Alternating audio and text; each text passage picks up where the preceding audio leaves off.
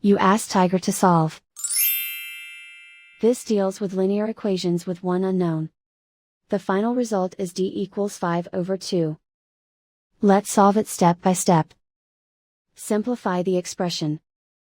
Find the greatest common factor of the numerator and denominator. Factor out and cancel the greatest common factor. Group all constants on the right side of the equation. Add 9/4 to both sides. Combine the fractions. Combine the numerators. Reduce the zero numerator. Simplify the arithmetic. Combine the fractions. Combine the numerators.